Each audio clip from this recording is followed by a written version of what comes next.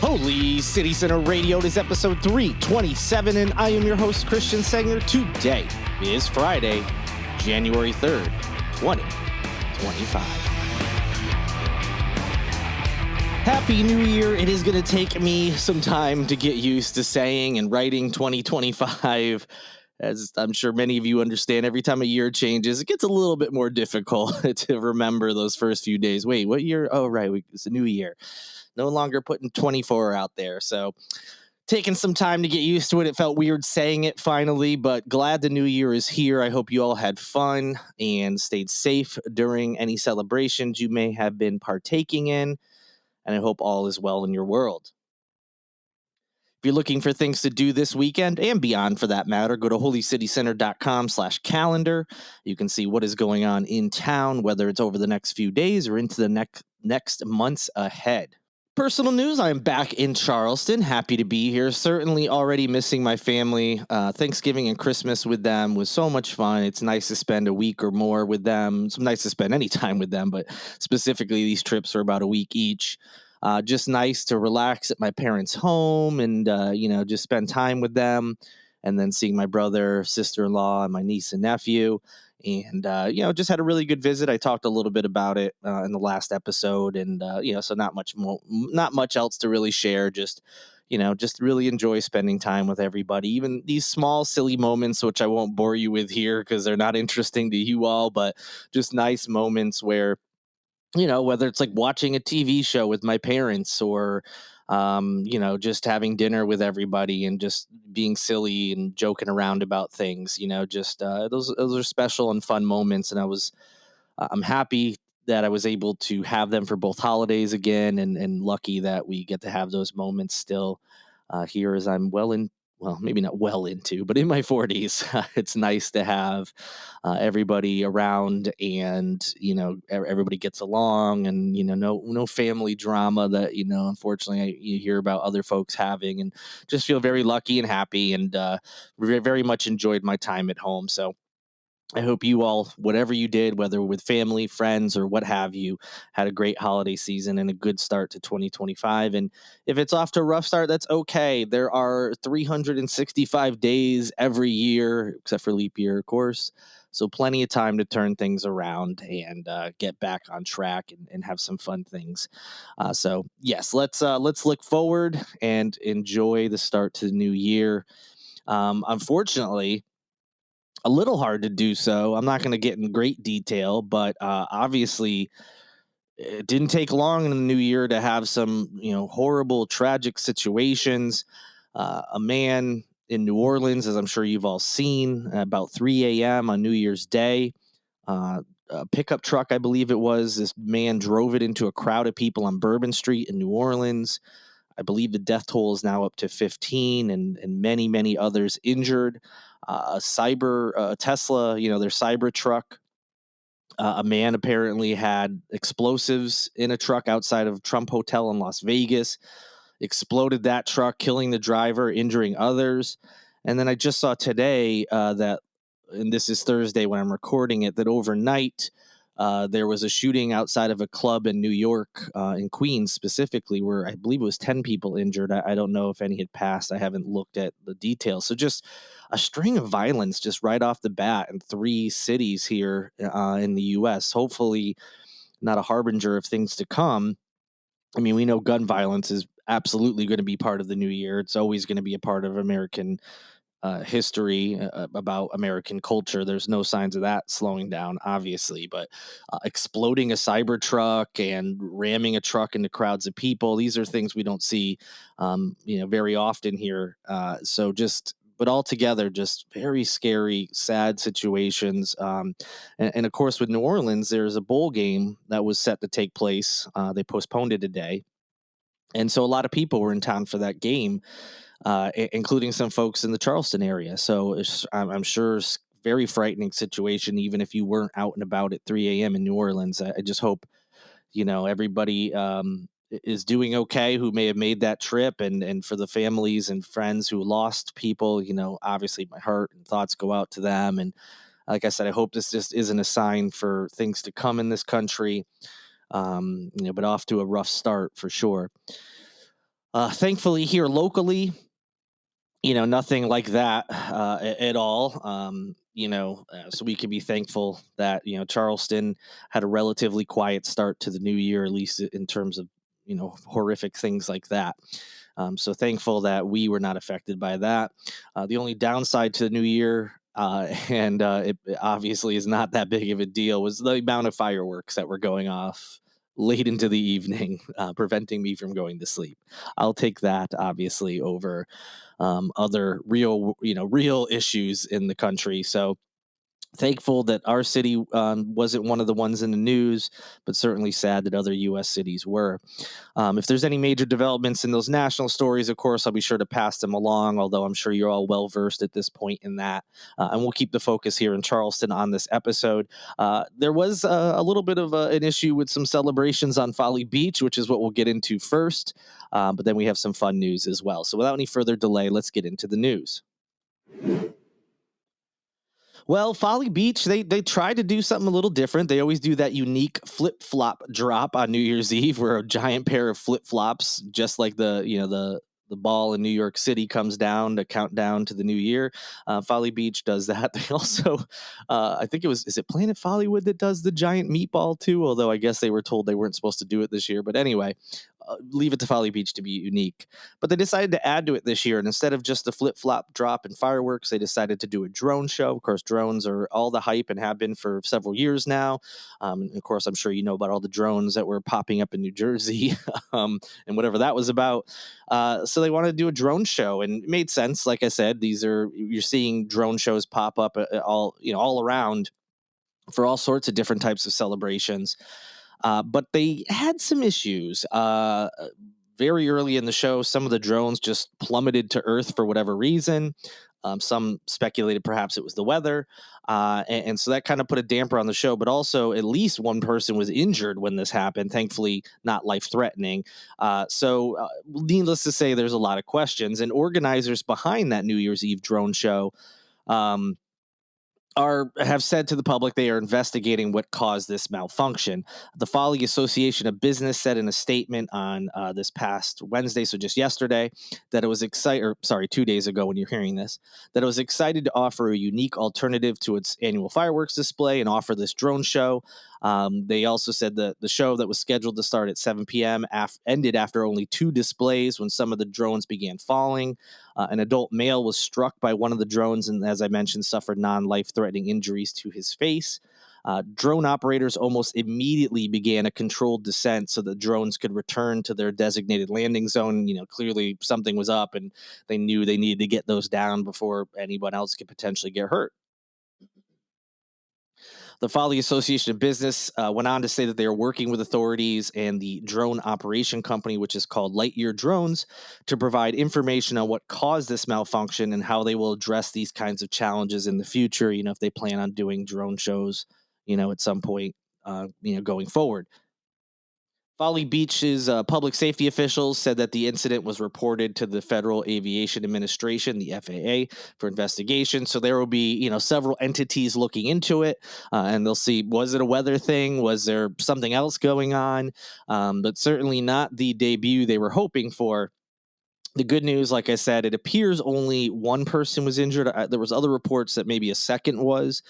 Whether it's one or two, neither were said to have life-threatening injuries. Doesn't seem to be anything of great significance, although the people with the injuries may disagree, depending on what specifically the injuries are.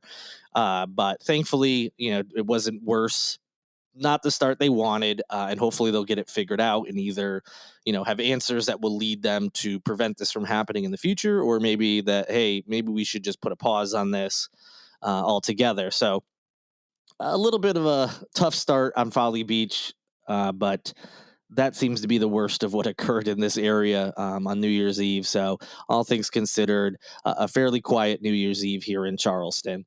But yes, hopefully they'll get that all figured out. If there's any significant updates, I'll be sure to let you all know. A local author by the name of Signe Pike. It's Signe and then Pike. If you want to go ahead and Google her and see some of her works. Also, there's a link in the show notes. It's a name I've seen. She has a popular series of books. She's been putting out for, I don't know, less than 10 years now, maybe 5 or 6 years. They're relatively popular, and now her series that she's created is set to become a TV show. So very exciting news. So back on December 3rd, this Charleston-based author, she released the third book in her historical fiction series called The Shadowland. It's a tale set in the early medieval Scotland, and it shows a new point of view as in regards to the legend of King Arthur. This Lost Queen series, so the new book is called The Shadowland. The series is called the Lost Queen series.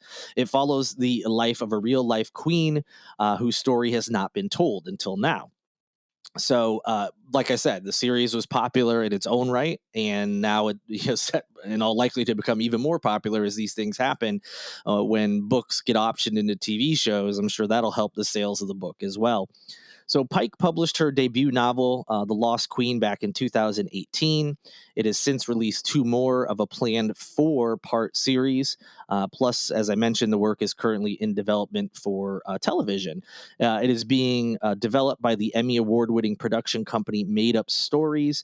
The producer behind that company has worked on projects like Big Little Lies, Lost Flowers of Alice Hart, and Luckiest Girl Alive. And that company won the rights, and what was the city paper is saying is was a competitive auction in Hollywood back in 2018. So right out the gate with that book, that first book that was published, there was interest in turning it into a series, and now there's a production company developing it. So there's no official release date yet. There's really not a ton of details, but it is expected that this Lost Queen saga is moving along and will, likely, when you sometimes hear about things getting optioned, which basically means that they're working towards getting it, working on the project and actually taking it, whether it's TV or to the big screen. And sometimes you hear about what's called, quote, development hell or developmental hell, where things are, there's issues with the script, or there's problems finding the right cast, and sometimes things don't happen. But it seems that this project is moving along, so hopefully it won't be too long before we get to see the adaptation on television. So very exciting. Congrats to Pike on having this happen. Pretty cool, and I hope we get to see it sooner rather than later.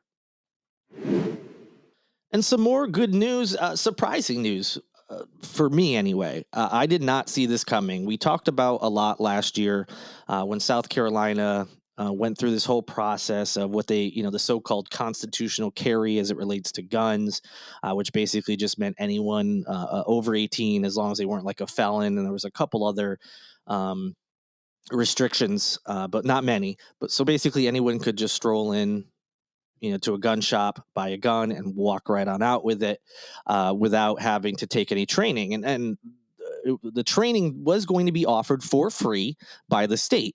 So although it was no longer required, which a lot of people, myself included, thought that was a bad idea. Safety training should be required, in my opinion, when it comes to weapons. Um, Hearing that the state was offering it for free, that was nice. I thought, oh, okay, good. At least they're still offering it. And the fact that it's free, that means there's no, cost barriers. Although if you're buying a gun, I would imagine the class is much cheaper than the gun. So is there really a cost barrier for you?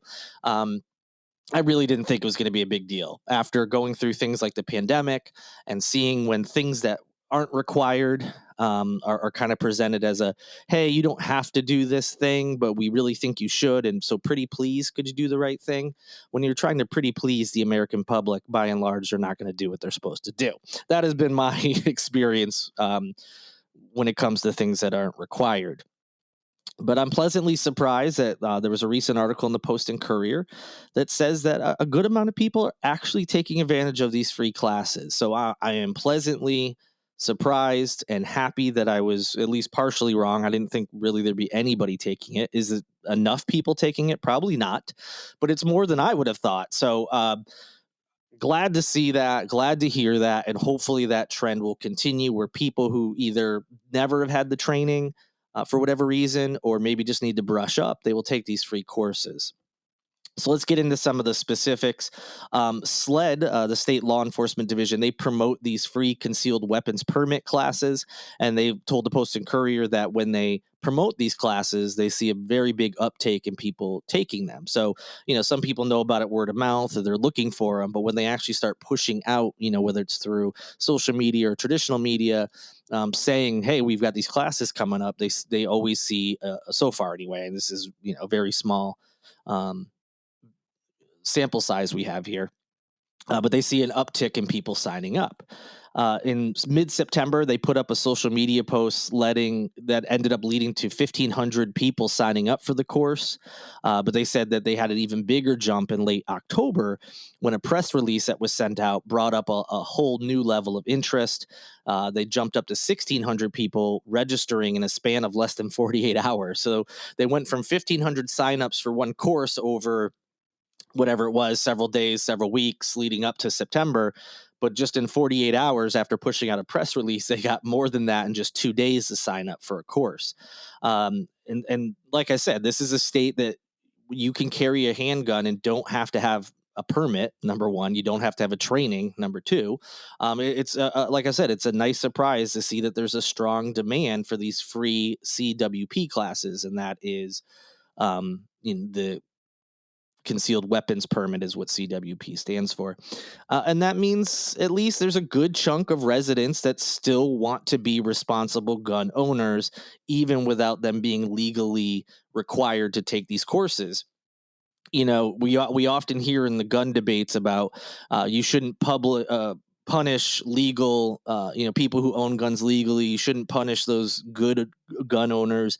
And a lot of the pushback was like, what good gun owners? Yeah, I'm sure there's people who aren't committing crimes, but are they doing the other things they should be doing? Are they um, placing guns in safe places? Are they storing them safely? A lot of people don't do that because it's not required, which leads to guns being stolen out of cars or children finding guns that are not secured appropriately, so on and so forth. So, needless to say, my faith in the so-called good gun owner was pretty low. But again, happy to see that I am wrong in at least partially, as a lot of people seem to still want to do the right thing and they want to be safe when it comes to owning a weapon, as you would hope people would be. So the concealed weapons, basically meaning you could carry without a permit, that went into effect in March. But it took a while for the free classes to get rolling. Those didn't start until, like I mentioned, when they put up a post in mid-September, and then another one in October. The classes didn't start till October, so it was many months where there was no classes at all. But SLED says since then interest has only grown. So again, another good sign. As of November 21st, SLED reports that more than 1,000 people, specifically it's 1,070, have already completed the free CWP trainings that they offered across the state. So those numbers I mentioned before, those are people who have signed up. Either they haven't completed the classes, maybe they didn't show up, or what have you. So that number will grow as we move forward. But yes, over 1,000 people have already completed those courses. And again, these are just kind of getting underway. And for those wondering, it's not just a one class thing. The training is there's at least 4 per class. So again, some of those folks that we mentioned before that have signed up, they might not have completed all 4 classes yet. So just because they had a bunch of people sign up, that's the reason they haven't all completed yet. So there's still a chance that the vast majority of the people who have signed up will eventually be completed with that course. Going forward, now that it's underway, these no-cost courses will be held at least twice a month in every county, and they'll actually add more if there's a greater demand. So that's also good news too, that they're not going to shut people out. But we got all we can handle this month. They'll add more if it's needed. So that's another good sign. For those wondering, yes, they are free, but obviously there's some cost, and who's that going to go to? That's going to go to the state. It's going to cost the state about $5 million a year. And state lawmakers have promised to revisit how many people took advantage of the free course to see if it was worth continuing. So I'm hoping the numbers keep going, keep increasing, and I hope the state will say, hey, this is a good investment. Enough people are taking this course that we should continuing offering it. Because, again, people buying weapons. Now, granted, I'm sure there's plenty of people out there who have taken safety courses and have owned guns for years and years and years. and maybe they're just going to buy a new gun for their collection or whatever. They might not need that training. So I get that. But people who have never had the training before, there's new people turning 18 every every day who may be interested in purchasing their first gun, or at least, them being by their. I know parents will sometimes buy guns for kids and so on and so forth. But hopefully this trend will continue where people, although they're not required to take safety courses, will do so because they should be taking them. You want people who own guns to know how to operate them, to know how to be safe with them so they don't injure themselves or others. So, again, still don't love the law that we have that passed last year, and did not think people would really take advantage of the free classes. I'm glad I was partially wrong about that. And there's a good amount of people who have started to take them. And I'm encouraged by that and hoping that that will continue. Because, again, if you're going to let people with like basically no restrictions get a gun, we should at least make sure they have. I wish it was required, but they have the option to take a free course where they can learn how to make sure they're responsible gun owners and that they are safe. So, a little good news in a story that I think could have been easily a lot of bad news, and I still think is not the best decision that's been made, but again, just looking for a glimmer of hope at the beginning of the year. And so that's it. All right, that'll do it for this first episode of Holy City Center Radio for 2025. Thank you so much for listening. I really appreciate it. Thank you to Lindsay Marie Collins with LMC Soundsystem for producing this and every episode of Holy City Center Radio. And thank you to Tyler Boone, whose music you hear in each and every show. Enjoy your weekend. I know we just had the holiday, so maybe you've been off all week. If you are, that's amazing. I hope you're enjoying it, whether you were off or not, or what have you. Go to holycitycenter.com/calendar to find some things to do this weekend. Or if you're working this weekend, you can look for plans going into the week when you are off. Lots of stuff coming up in the new year, and that calendar is already starting to get packed. These first few months of events that have already been announced, and just more and more keep coming out every day. So keep your eye on that. If you have a chance, please like, subscribe, rate, review, whatever you can do on the platform you're currently listening to the show on. Please go ahead and do those things. It helps out, make sure other people have a chance of hearing this podcast. And also, if you want to go that extra mile, patreon.com/Holy City Center. You can sign up for one of those support tiers. They start at as little as $2 per month. There's no contract or anything. You could do it for 3 months and cancel if you wanted to. You could do it for a month and cancel if you wanted to. That money helps offset costs of producing the podcast and all the stuff that goes on behind the scenes of paying for a website and so forth. So I appreciate all of you who have already done that. It means a lot. Looking forward to being back with you next week. It's been so weird with the holidays. We're finally going to start getting back into the normal groove of things. So next week should be, the 3 episodes on the 3 days you're used to. But you never know. I say that all the time and then something comes up. But regardless, I'm planning on a show for you on Monday as normal. I'm already looking forward to it. But until then, good night and good luck.